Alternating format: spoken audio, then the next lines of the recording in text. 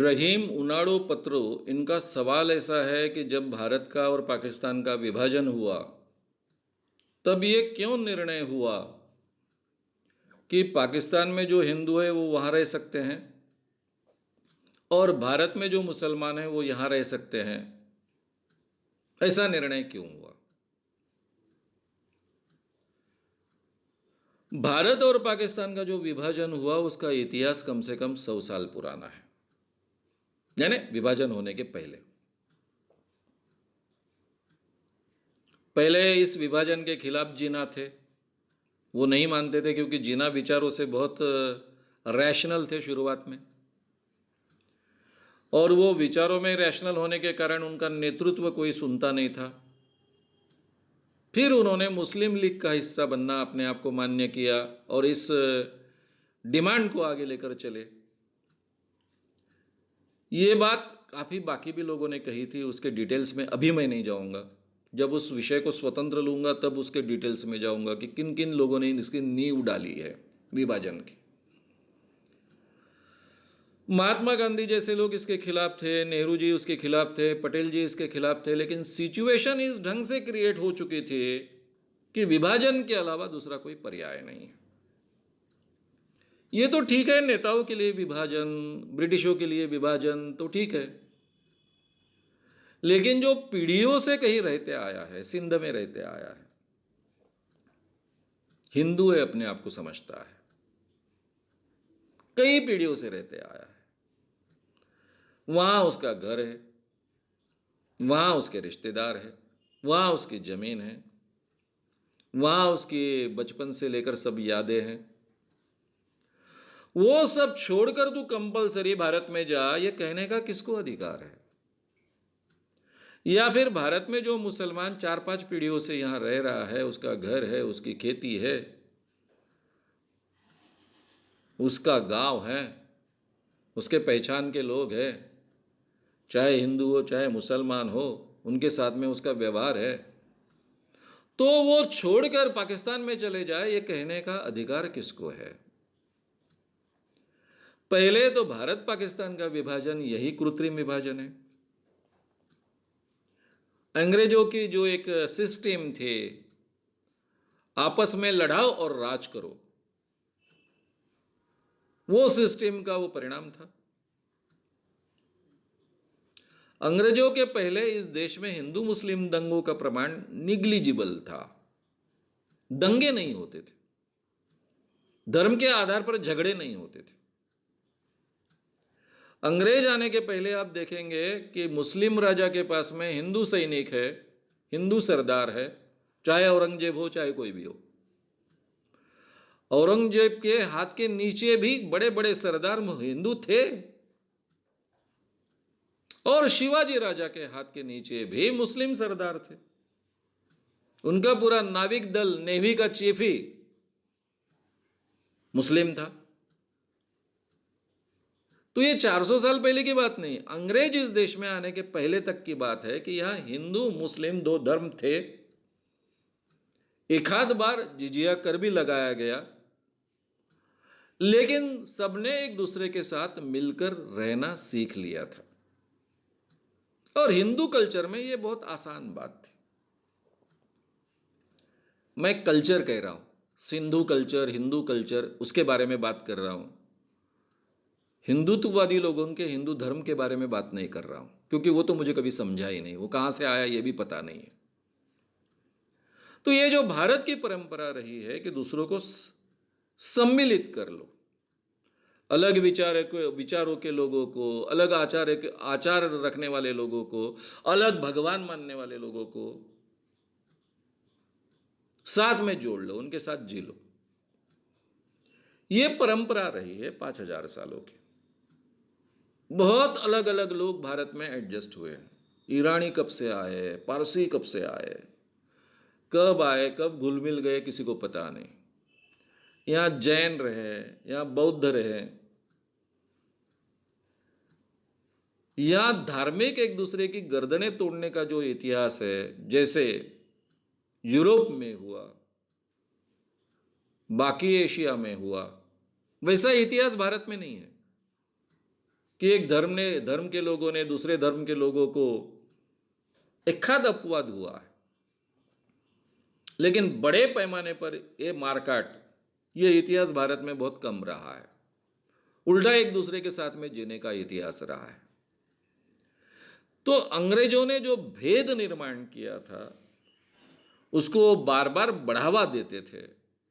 उनका तो आगे चलकर यह भी षड्यंत्र था कि अलग अलग जातियों को अलग अलग प्रतिनिधित्व दिया जाए, जिसको गांधी जी ने विरोध किया, और इसलिए अंबेडकरवादी गांधी जी का बहुत ही द्वेष करते हैं बड़े पैमाने पर। तो वो भी उनका षड्यंत्र था कि जातियों को भी अलग अलग कर दे, एक दूसरे के साथ में भिड़ा दे, आपस में भेद निर्माण करो और राज करो, ये उनकी नीति थी। ये पार्टीशन उसका एक परिणाम था। फिर उसमें जीना को प्रामाणिकता से लगता था या फिर उनका केवल कहना था, इसके बारे में चर्चा हो सकती है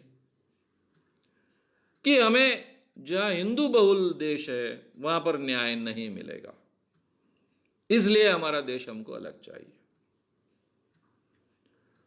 उस डिमांड की नींव 50-60 साल पहले से अंग्रेजों ने क्रिएट की थी, पॉलिटिकल नींव।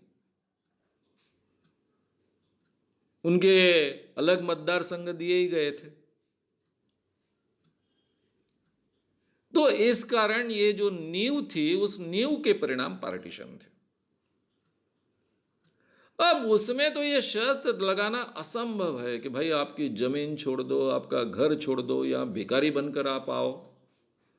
ये कहना तो बहुत ही गलत है।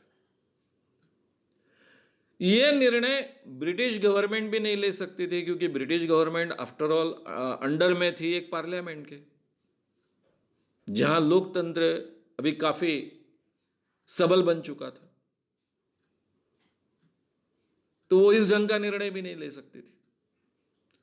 फिर लोगों ने निर्णय लिया, जो हिंदू है उनको पाकिस्तान एरिया में से भगाओ,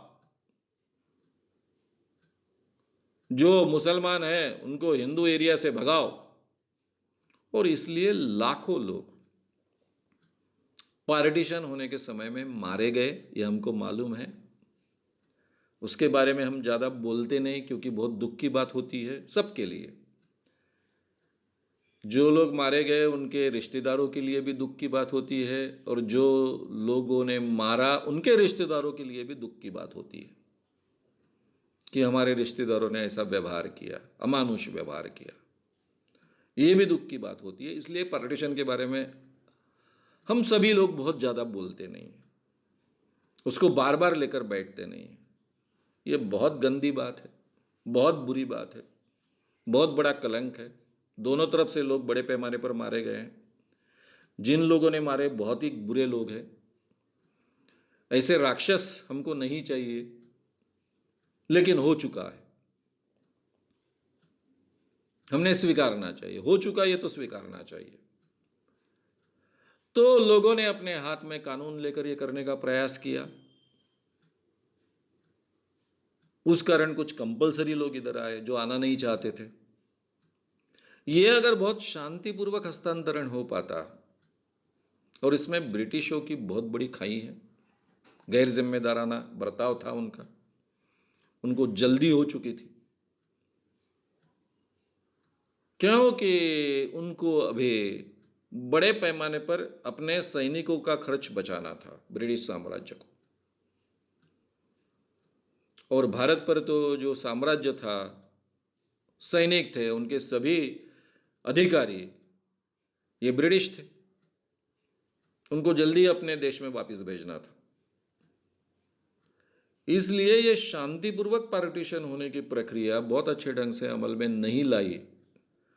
ये दोष ब्रिटिश का भी है, क्योंकि ब्रिटिशों को कल्पना आ चुकी थी कि हमने जो बीज बोए हैं वो अब उगने वाले हैं बड़े पैमाने पर, और इसमें बहुत मारकाट होने वाली है, और इसमें बहुत बड़ा नुकसान होने वाला है। ये उनको ऑलरेडी पता चल चुका था।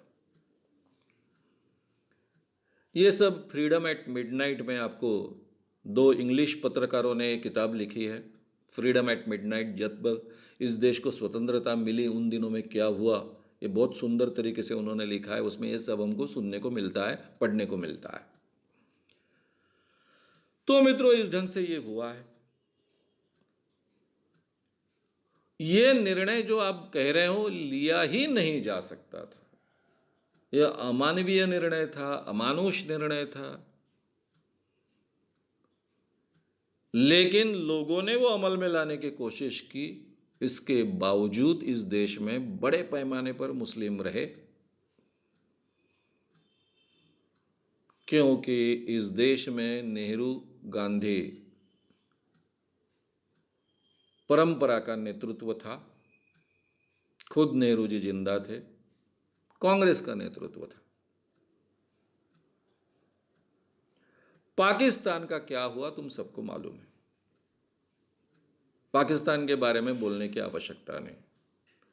अगर पाकिस्तान और भारत के विकास की बात करें, इतना सब खामियां भारत में होने के बावजूद, तो पाकिस्तान कहीं भी आसपास भारत के बैठता नहीं है, किसी भी विकास के बारे में। क्योंकि जो लोग द्वेष का बीज लेकर चलते हैं, उनको परिणाम भुगतने पड़ते हैं। ना पाकिस्तान में ठीक ढंग से कभी लोकतंत्र चल पाया। हालांकि पाकिस्तान के भी लोग आंदोलन में थे, स्वतंत्रता आंदोलन में, लेकिन वहां लोकतंत्र के बीज नहीं पनप पाए। भारत में 70 साल से लोकतंत्र चल रहा है। वही कांग्रेस वहां भी आंदोलन करती थी। आज का जो पाकिस्तान है उसमें से काफी लोग आंदोलन में शरीक होते थे, लेकिन उन बेचारों का कुछ चल नहीं पाया। वहाँ मुस्लिम लीग, जीना, हिंदू द्वेष, पाकिस्तान, मुस्लिमों का देश, इसमें सब बह गए और अपना बहुत बड़ा नुकसान कर गए। भारत ने सेक्युलर बनने का तय किया, उस ढंग की कॉन्स्टिट्यूशन बनाई, और इसलिए भारत जो कुछ आज कर पाया है वो उस कारण कर पाया है।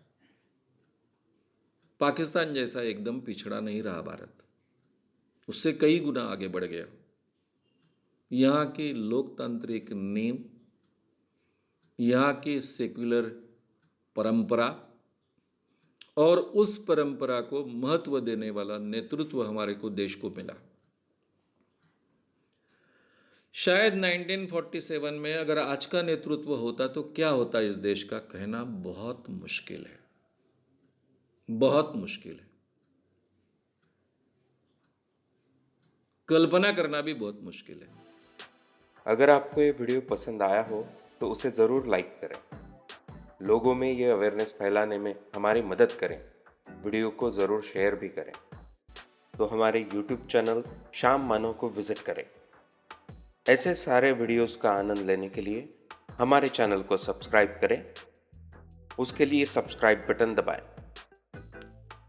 नए वीडियोस का नोटिफिकेशन पाने के लिए बेल आइकन दबाएं।